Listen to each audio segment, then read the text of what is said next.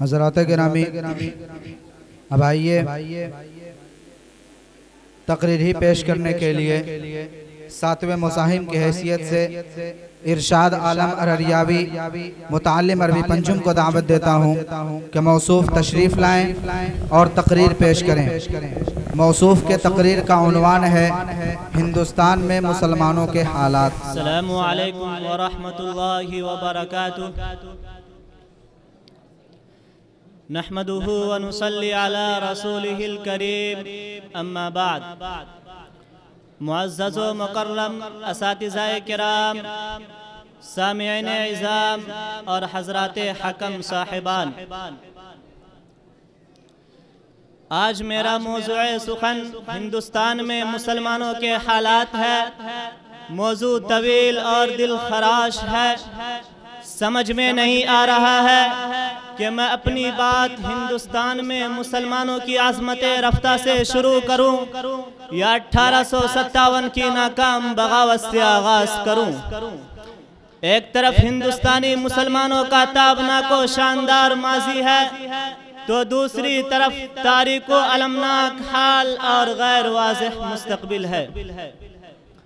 برادران ملت، یوں تو مسلمانوں کی تاریخ ہر دور ہر زمانے میں مخالفت و معاندت کی آندھیاں چلی، نفرت و عداوت کے طوفان آئے، فتنہ و فساد کا سیلاب آیا، مگر اس حق پرست جانباز قوم نے ان سب کا رخ ہمیشہ دشمنوں کی طرف موڑ دیا۔ آج بھی عالمی پیمانے پر مسلمانوں کے خلاف سازشیں ہوتی ہیں، اسلام کے خلاف تحریکیں چلتی ہیں، مسلمانوں کو ہر ملک میں ظلم و ستم کا نشانہ بنایا جاتا ہے، مگر جو شدت ہندوستان میں نظر آتی ہے وہ کہیں اور نظر نہیں آتی۔ یہاں مسلمانوں کے خلاف نفرت و عداوت، ظلم و ستم، مصائب و آلام کا سلسلہ آزادی کے بعد سے جاری ہے۔ جن مسلمانوں نے تحریک آزادی میں اپنے لہو سے مادر وطن کی پیاس بجھائی، جیل کی تاریک کوٹھریوں اور پھانسی کے تختوں پر آزادی کا نعرہ بلند کیا، جن مسلمانوں نے 700 سالہ تاریخ میں ہندوستان کو دولت و ثروت سے مالا مال کر دیا تھا، اس کو سونے کی چڑیا بنا دیا تھا، جنہوں نے اس دیش کو قطب مینار کی بلندی، چار مینار کی عظمت، جامع مسجد کی پاکیزگی اور تاج محل کی خوبصورتی عطا کی، ہندوستان کو جنت نشاں بنایا، اس کے وقار کو بلند کیا، جن مسلمانوں نے ہندوستان میں اتحاد و اتفاق کا چمن لگایا تھا، ہندو مسلم ایکتا کا چراغ روشن کیا تھا، انہی کو آج غدار کہا جاتا ہے، دیش کا دشمن کہا جاتا ہے، ان کو فسادات کی آگ میں جھونکا جاتا ہے، ان کے پاکیزہ لہو سے فرقہ پرستی کے عفریت کی پیاس بجھائی جاتی ہے۔ جب وقت پڑا تھا گلشن پر مجھ سے ہی لہو کا دان لیا، جب وقت پڑا تھا گلشن پر مجھ سے ہی لہو کا دان لیا، میرے ہی لہو کے چھینٹوں سے ہولی بھی منائی لوگوں نے۔ حضرات،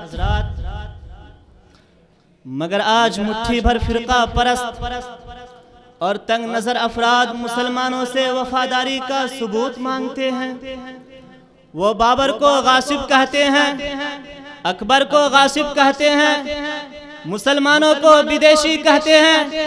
ذرا ان سے پوچھئے کہ تم جو لنگوٹی باندھتے تھے، پتوں پر کھاتے تھے، عورتوں کو زندہ جلاتے تھے، ننگے بدن رہتے تھے، تم کو جینے کا سلیقہ کس نے سکھایا، رہنے کا ڈھنگ کس نے بتایا، کھانے کا طور و طریقہ کس نے سجھایا؟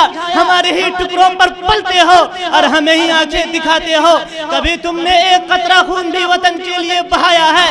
آج تم کو مندر کی فکر ہے اور مسجد سے نفرت ہے۔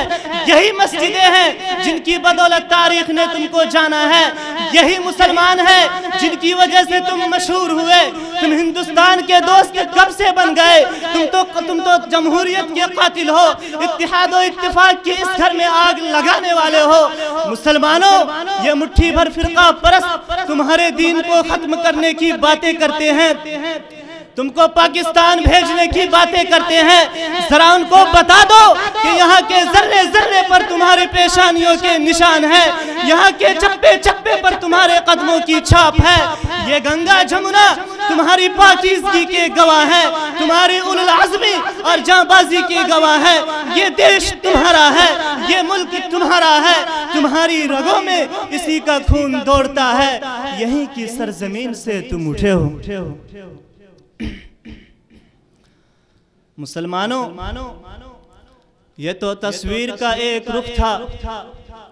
آپ ہندوستان میں رہتے ہیں، مشرکین و کفار، معاندین و دشمنان اسلام آپ کے در پہ آزار ہیں، مگر غور کیجئے کہ آپ کیا کر رہے ہیں، اسلام کے روحانی اصولوں پر کتنا عمل کرتے ہیں، قرآنی تعلیمات پر کس قدر عمل پیرا ہے۔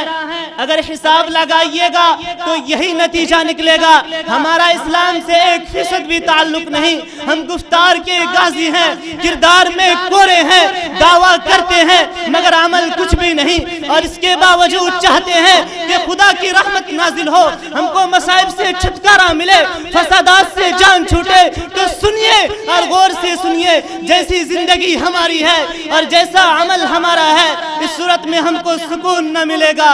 جب مسجدیں ویران ہو اور مسلمان بازاروں کو آباد کر رہے ہو تو بھلا ان مسجدوں پر شیطان کے چیلے قبضے نہیں کریں گے تو کیا آباد کریں گے؟ اس لیے ہم پر لازم ہے کہ ہم اسلامی تعلیمات پر مکمل طریقے سے عمل پیرا ہو، اور یہی وجہ ہے کہ ہم دینی اور دنیاوی کامیابیوں کی کلید ہے۔ وآخر دعوانا الحمدللہ رب العالمین، والسلام علیکم ورحمۃ اللہ وبرکاتہ۔